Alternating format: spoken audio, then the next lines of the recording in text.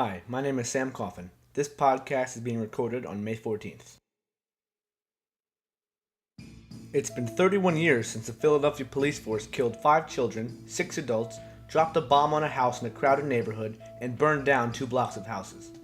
Would you believe me if I told you that not one of the officers or officials involved was criminally charged?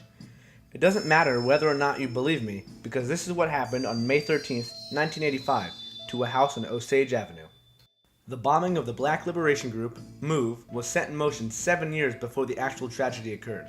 In 1978, a shootout with the police that killed an officer in Cobbs Creek, a far west Philadelphia neighborhood, led to 9 members being jailed for their roles in the shootout. 3 years later, in 1981, the group moved to their final destination, 6221 Osage Avenue.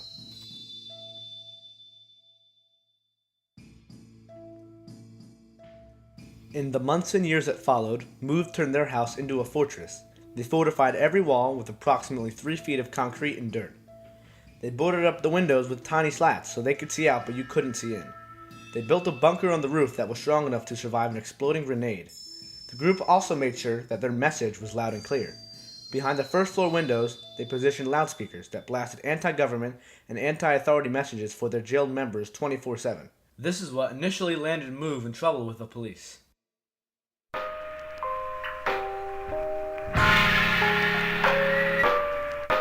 After getting fed up with the constant noise, a couple neighbors tried to talk MOVE into turning off their speakers at night, but failed to convince them. The neighbors then called the police after asking a second time with no response. The police never showed up. After a couple years of calls to the police with similar complaints, they finally took action on May 12, 1985. They had obtained search warrants for an illegal weapons and high-powered explosives search inside the compound. After evacuating the whole street, they blocked it off and brought in a huge amount of artillery. Witnesses say that the police had assault rifles, machine guns, and sniper rifles. One witness even says that she saw a gun that was labeled the anti-tank because it could rip a hole in a tank's armor, which even grenades can't do.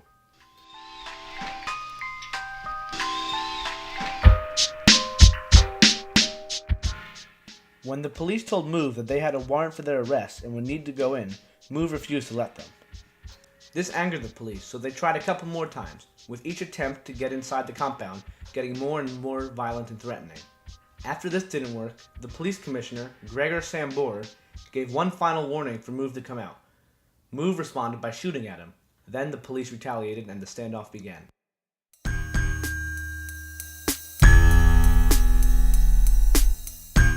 The standoff lasted about 90 minutes.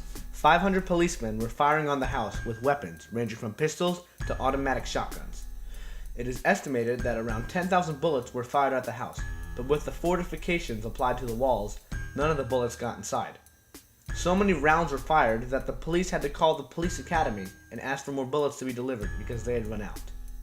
After the police ran out of bullets, a SWAT team was called in and attempted to blast a hole in the side of the house to get in, but the wall still held.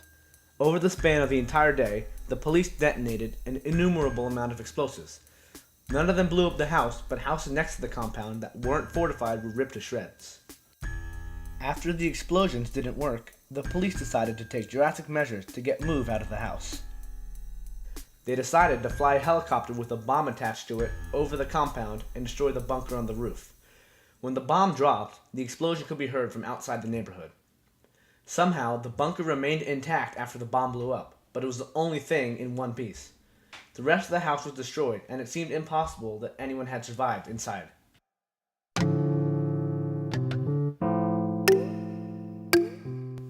That wasn't the end of the police's problem, though.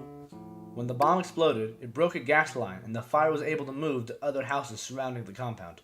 Instead of putting it out, Commissioner Sambor ordered the firefighters to wait, trying to smoke out any remaining MOVE members.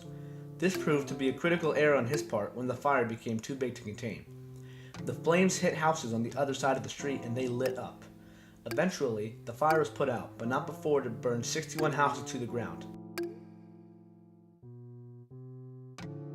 In an autopsy report, it was later revealed that the 5 children and 6 adults in the compound at the time had died of severe burns and smoke inhalation. This means that they died from the fire, not the bomb blast. Only 2 MOVE members escaped the house, Ramona Africa, who is now living with the remaining 24 members of MOVE not imprisoned in a house 3 miles away in Clark Park, and Birdie Africa, a 13-year-old boy when the bombing occurred who died at 41 last year.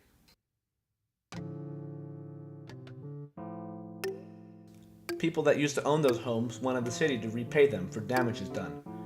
And since that day, there have been financial settlement battles in court over how much each homeowner should get.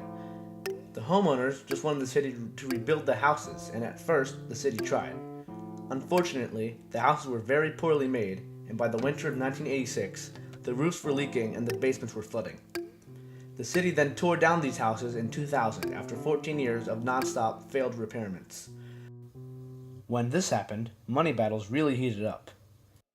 The homeowners wanted the city to build well-constructed houses, but the city felt it would be cheaper to pay cash settlements instead. A jury awarded each homeowner $534,000, but the judge cut this down to $250,000.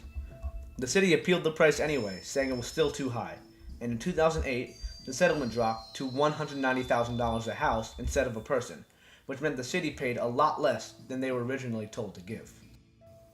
$190,000 may sound like a lot, but it is still very difficult to buy a house, food, clothes, and other basic necessities with that amount of money. Plus, 8 homeowners even refused the money because they felt that the city had lied to them after promising to rebuild the houses. There are still people living on Osage Avenue today in the few houses that were not burned down or bombed, but the area is still pretty desolate. They say that the street has become a target for drug deals and other crimes since the criminals think that no one lives there anymore.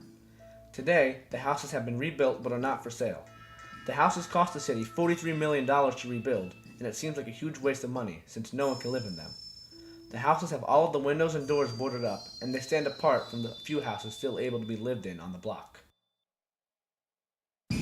The boarded up homes cast a shadow on what was once a friendly and happy block. They are now a grim reminder of the terrible tragedy of May 13, 1985, the day Philadelphia became known as the city that bombed itself.